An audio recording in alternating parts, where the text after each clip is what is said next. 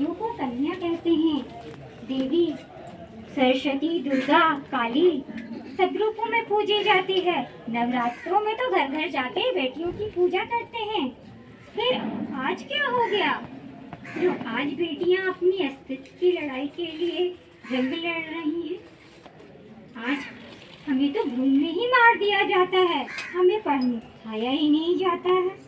आज इसी पर एक नाटक का मंचन हो रहा है, बेटी बचाओ बेटी पढ़ाओ।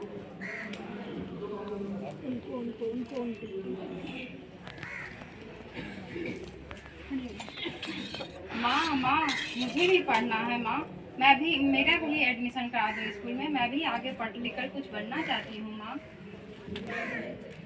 ठीक है बेटा, आपका स्कूल में एडमिशन मैं करवाना है। कब कोशिश करती हूँ, दादी से आपकी बात करती हूँ। मम्मी सो बेटी मेरी पढ़ना चाहती है, आप क्यों नहीं एडमिशन करवाने देते हैं? मेरी बेटी पढ़ लिख के आगे बढ़ना चाहती है, आप तो इसमें सारा सर मना कर देते हैं। चूल्हा चौका में मेरी बेटी को लगा के रखे हैं। बेटी अब पढ़ के क्या करेगी? बेटी को पढ़ना लिखना नहीं, बेटी का तो सारा घर का काम करना होगा। बेटी पढ़ लिख के कौन सा कलेक्टर बन के तुम्हारा काम चलाएगी? घर में झाड़ू पोछा करेगी, शादी ब्याह होगा तो दूसरा का घर जाएगी तो अच्छा से ना काम करेगा। यही काम इसका काम होगा। पढ़ाई लिखाई का जमाना नहीं है, आज चलता है। बेटी लोगों को सिर्फ घर का काम अच्छा से सिखाना चाहिए। पढ़ लिख के कौन सा उसको मास्टर और कलेक्टर बनेगी जो पढ़ाएंगे? लड़कों को पढ़ना चाहिए। प्रणाम माता जी, प्रणाम दादाजी। क्या बात है, क्यों नहीं पढ़ने देते हैं आप लोग मीरा को? मीरा पढ़ने में कितनी अच्छी है, फिर आगे इसकी पढ़ाई क्यों रोक रखे हैं? और दादी, आप जो कह रही हैं कि पढ़ना लिखना लड़कों का काम है, घर गृहस्थी चलाना लड़कियों का काम है, अगर लड़कियां भी पढ़ जाएंगी तो वो भी तो घर चलाने में लड़कों की मदद करेंगी, हाथ बटाएंगी। फिर क्यों नहीं पढ़ना चाहती? क्यों आप अपनी बेटी को पढ़ाना नहीं चाहती? पढ़ाना चाहते हैं दीदी, लेकिन मेरी माँ जी है सो पढ़ने नहीं देने चाहती है। बोलती है बेटों को पढ़ाएंगे, बेटियों को चूल्हे चौके में ही सिखा के शादी ब्याह करना चाहते हैं।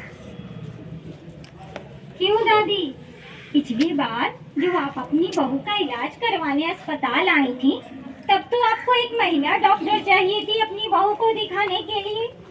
फिर जब बेटियां ही नहीं पढ़ेंगी तो महिला डॉक्टर आएंगे कहाँ से? बेटियों को पढ़ाइए, मैं अभी टीचर दीदी को भेजती हूँ, मीरा का दाखिला करवाएंगे। क्यों मीरा, पढ़ना चाहती हो ना? हाँ पढ़ना चाहती हूँ। हाँ पढ़ो, तुम भी मेरी तरह डॉक्टर बनो।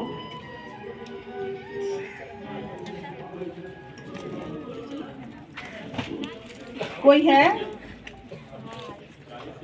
नमस्ते दादाजी। नमस्ते दादी जी। बहन नमस्ते।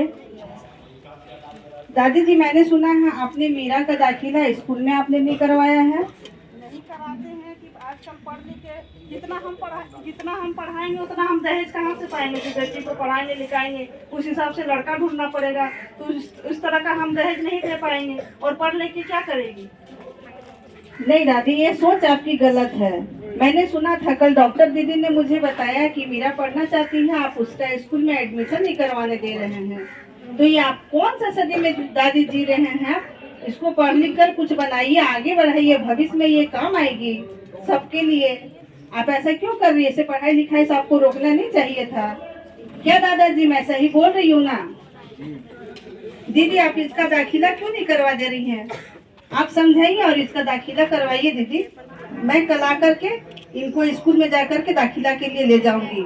ठीक है दादाजी? ठीक है।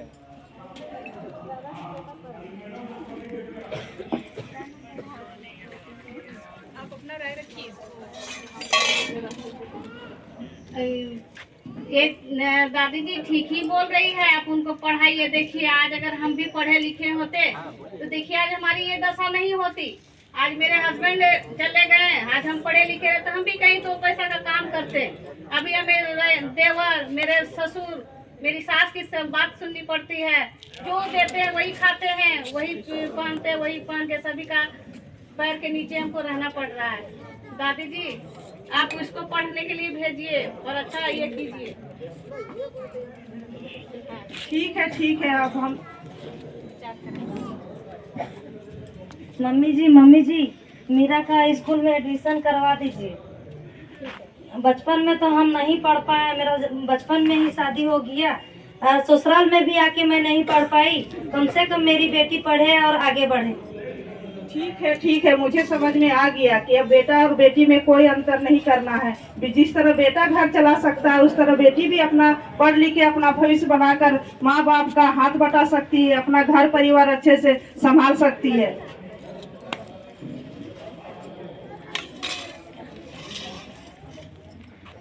देखो बेटा, आज अखबार में बेटी के बारे में कितनी अच्छी कविता छपी है। ये कविता मैं पढ़कर सुना रहा हूँ। कहती बेटी बाप से, मुझे चाहिए प्यार दुलार, बेटी की अनदेखी क्यों करता है निष्ठुर संसार। पूछो जरा हमारे बिन बसा सकोगे घर परिवार, गर्भ से लेकर यौवन तक मुझ पर लटक रही तलवार। मेरी व्यथा वेदना का अब हो अस्थाई उपचार, जब माँ ही जग में ना होगी तो तुम जन्म किससे पाओगे।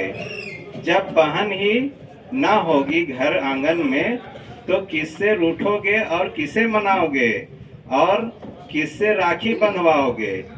जब दादी नानी ना होगी तो तुम्हें कहानी कौन सुनाएगा।